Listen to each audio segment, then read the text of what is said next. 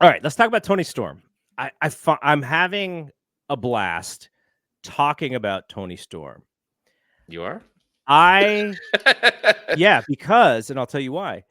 She is one of the more polarizing characters in the sense that people are frustrated at the amount of cheers that she gets with this character when she's supposed to technically be a heel. Now, I didn't have this idea because Brian and Dave talked about it last night on their show. I was thinking about this before, and I wanted to have it on this show. So if it sounds a little bit samey, it's just by coincidence. It's not for any. I'm not like stealing their topic. But she does this interview on Dynamite where it was so clean. The verbiage that she uses is not sort of normal speak. You know, she's definitely just deep in this gimmick and this character. But her delivery on this promo, which was essentially that she was going to leave the professor laying with her ass in her face, was kind of what it was about. It was so clean, and I was like, this woman is really on fire with everything that she's doing. Now, the feedback early on to this character was the gimmicky aspect of it is interfering in the wrestling.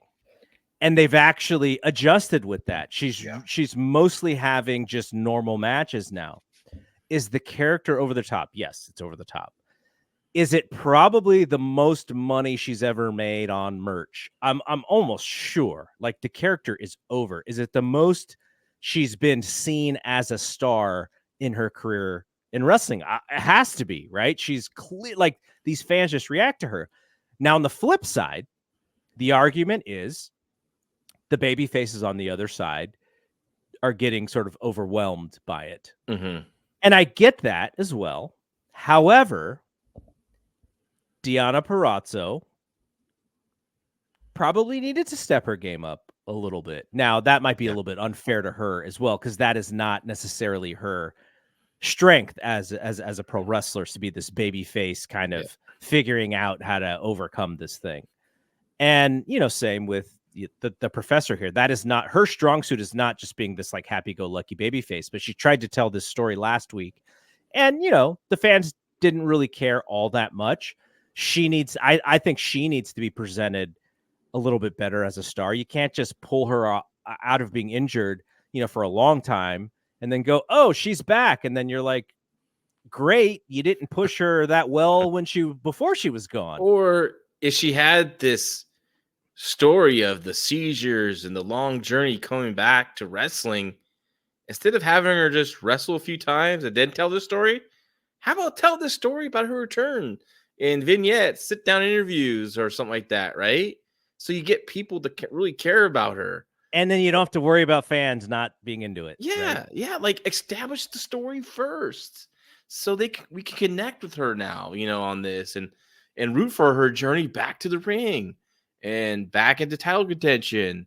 Toni Storm for me is just, I'm just over it for myself. Though I think she's all in on it, right? She's 100% with it, which is good. I don't know. It's just I'm just kind of over it, you know.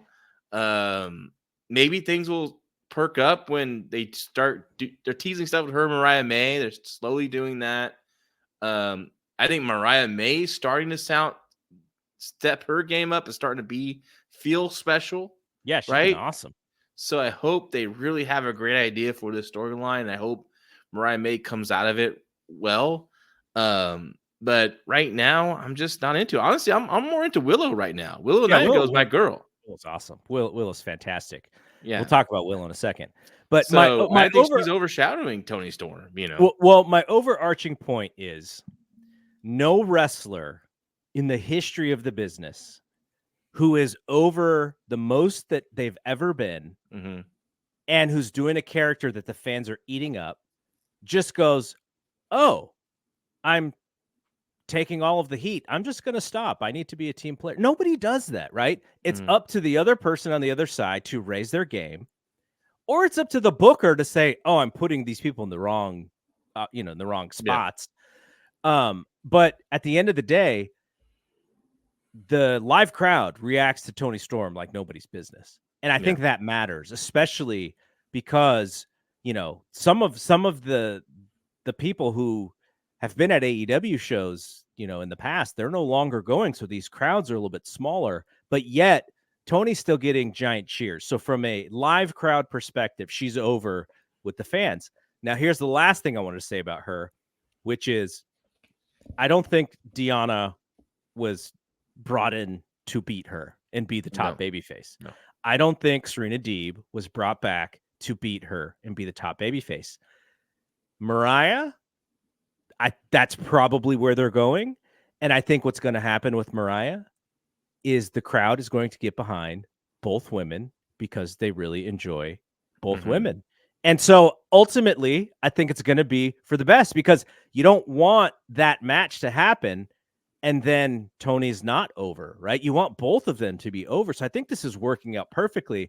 And I want to just give the ultimate kudos to Toni for just being so into this gimmick. And she's one of the best performers on their television. Now, like you and others, we had Paul Fontaine on last week. Paul Fontaine can't stand the gimmick. Like, he appreciates how good she is at it, but he thinks the gimmick is sort of written to just piss him off. Paul. Just a shout out to Paul because he is going to listen to this, and I appreciate his feedback on our show.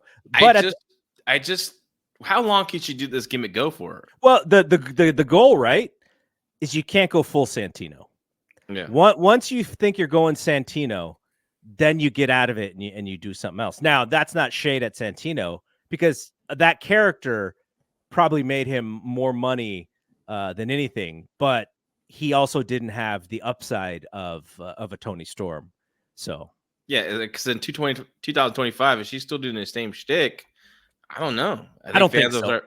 I think she sees the arc as like, the arc is going to be depression, and then she's going to have to kill off the character, right, and go away for a little bit, and then I hope she has. Back. Yeah, I hope she has a plan. And we'll see. We'll see if what Toni has up his sleeve. I haven't been really impressed with anything of late his booking, but maybe Toni has more of her own ideas in this, and she just kind of can't see it through. Just some of the lines that she gets on television, I'm just amazed. It reminded me. I watched. There's an episode of Martin, the Martin Lawrence show. And this is at a time when he was really stretching the boundaries of what you could do. So he goes on Saturday Night Live and he drops like language that you're not supposed to drop on Saturday Night Live. And it really kind of got him banned from the entire network. And so he was like, yeah, Lauren said just to be myself. And so I be myself. And then they kicked me off. But anyway, so he goes on Fox and he gets the word motherfucker through the censor. The way that he gets it through the censor is he grits his teeth and he goes, motherfucker.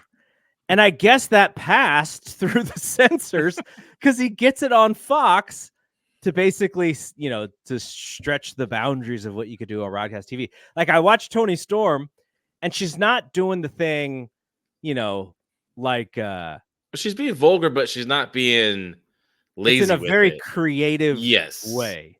Yeah, it's not just saying motherfucker. Me. Yeah. It's, saying something vulgar, but it's so creative and witty that you're like, oh, it gets, grabs your attention. You say anything with that accent, it just seems like a little bit more like, So, yeah, no, I'm digging it, but I also understand why people don't like it. And to me, she has to know that it is best for her career to continue to get over on live television. Like that's ultimately what her job is. And I think it's up to others to kind of keep up with her, but it's something that I'm interested because I think Mariah is awesome. And I can't wait for that to happen. And, she's doing great stuff kind of as the sidekick. Like if you watch her facials, her matches are good. They're not fantastic yet, but she's has still a presence. young. She's got ring presence. She's got charisma. You want to watch her when she's on TV. All those great things.